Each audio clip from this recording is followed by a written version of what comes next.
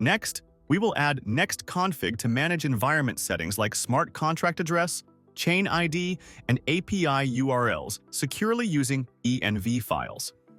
This keeps the project clean, flexible, and easy to configure across different environments. We will add NextConfig as a dependency.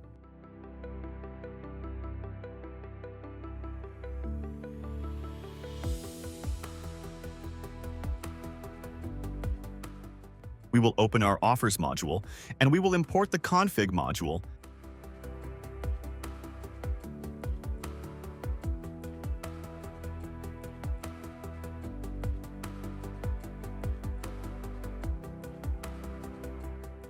And we will call the forRoot method of the config module. Now, we can create a env file.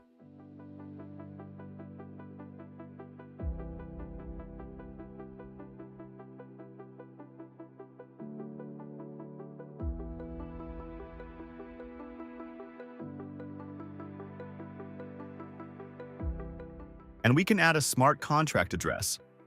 This is an address of a contract that we already have deployed in our last tutorial. We can also add the API address. And we can also add the chain ID.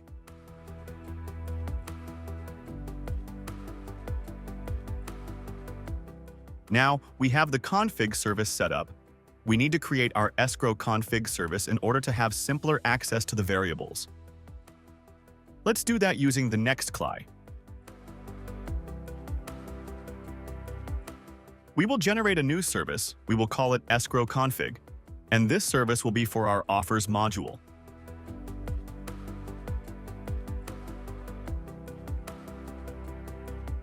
As we can see, the escrow service was already imported once we used the generate command.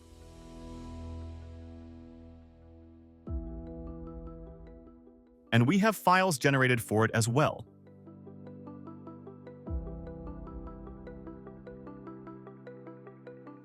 We cannot start define functions for our service, but not before importing the NextConfig service first and injecting it into our service, into our escrow config service. So let's inject that first using the constructor function.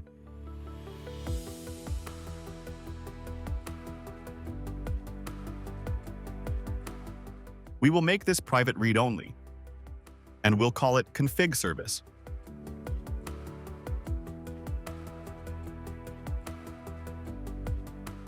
So we are importing the config service, and now we have injected the next config service into our escrow config service. Then we can define the get API URL.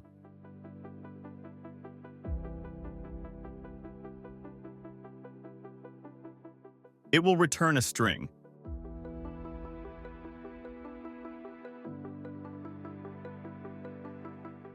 And we will use the config service to get our key that we have defined in the environment variable file.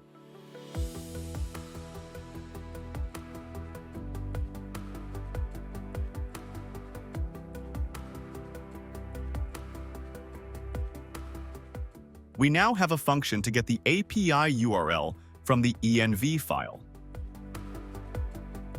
Let's build one for the chain ID as well.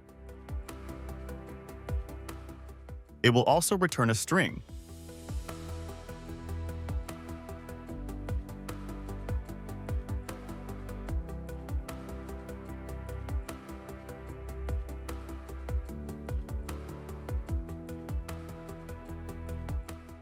And also one for the smart contact address.